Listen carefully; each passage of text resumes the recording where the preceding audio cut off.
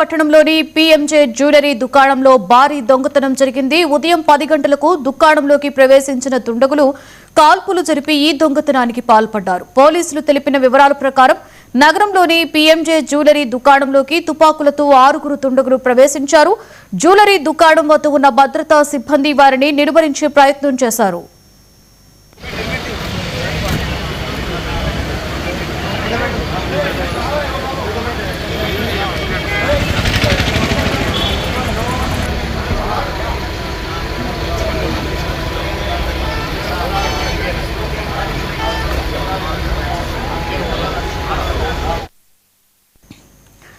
దీంతో ఆ దుండగులు సిబ్బందిపై 30 రౌండ్ల పాటు కాల్పులు జరిపారు. మిగతా సిబ్బంది కట్టేసి వెళ్లిపోయారు.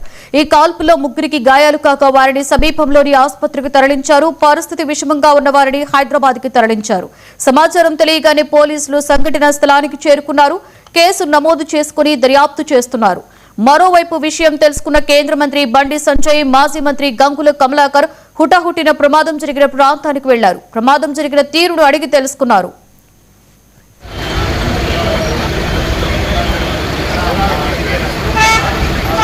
కొంచెం సైడ్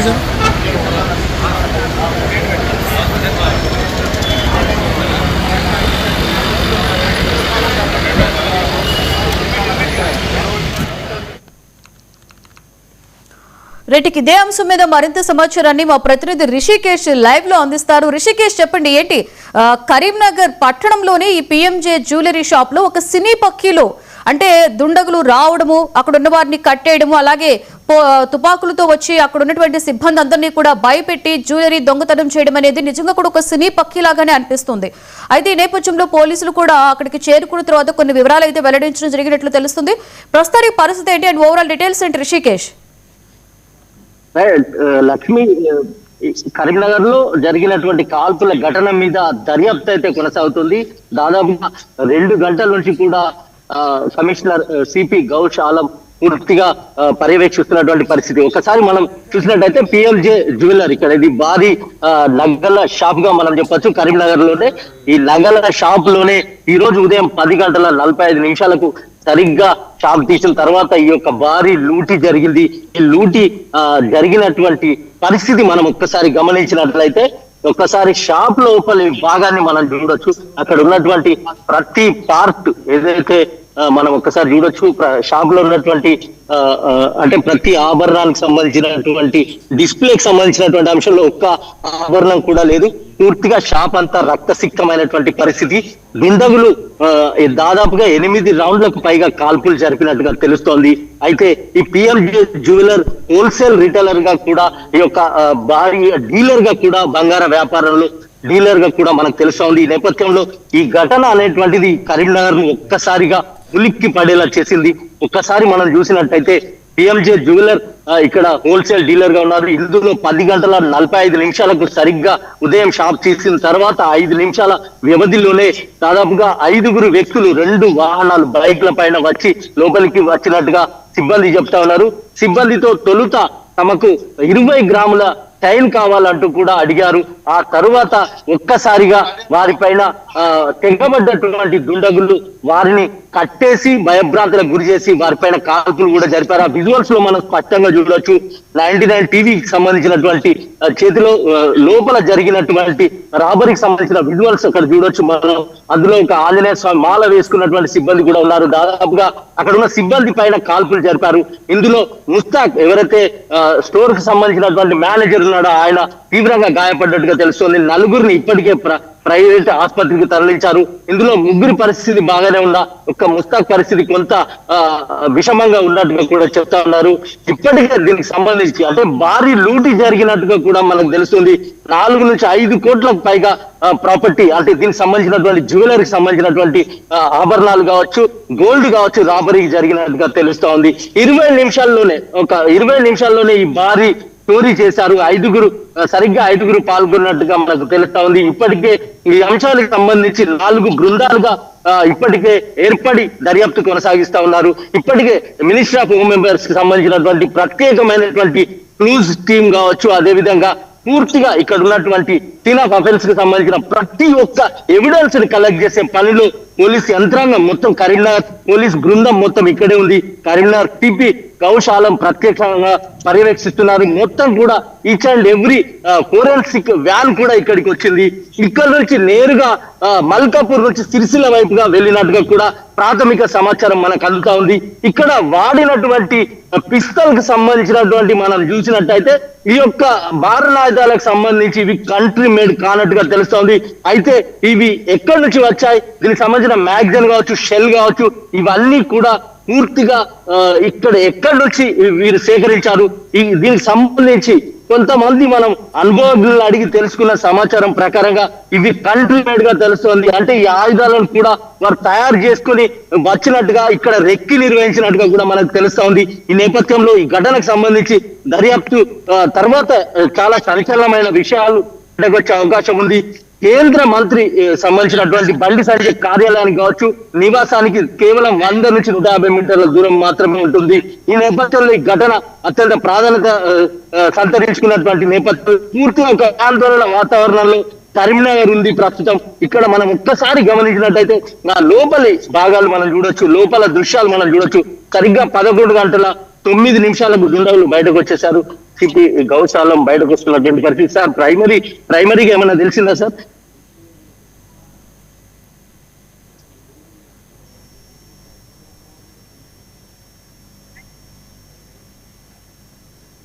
దగ్గరలో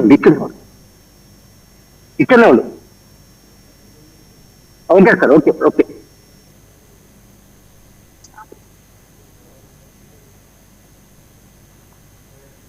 sir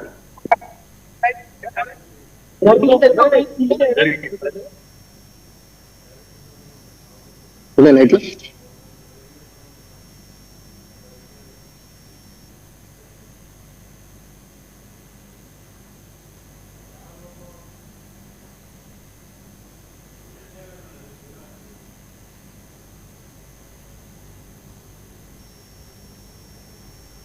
sir sir sir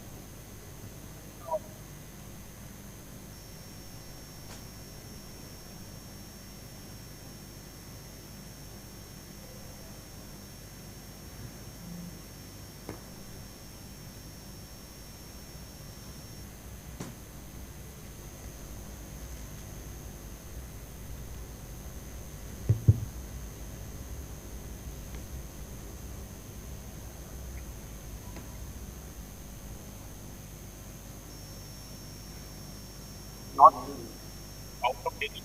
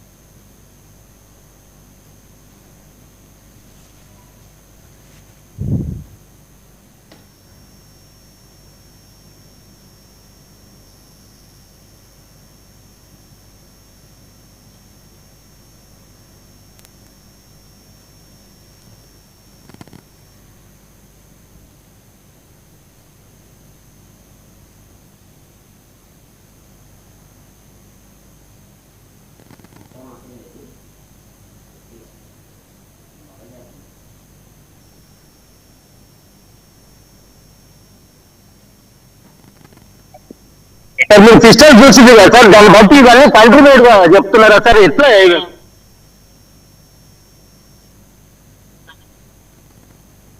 sir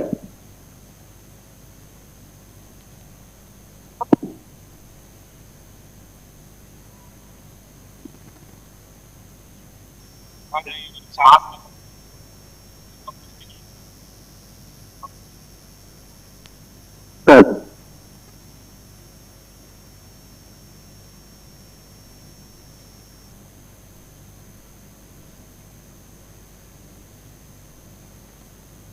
sir professionals పాల్గొన్నారు సార్, ఇందులో ప్రొఫెషనల్ లాగా ఉన్నారు కదా సార్, ఎట్లా ఏం చెప్తారు ప్రైమరీగా?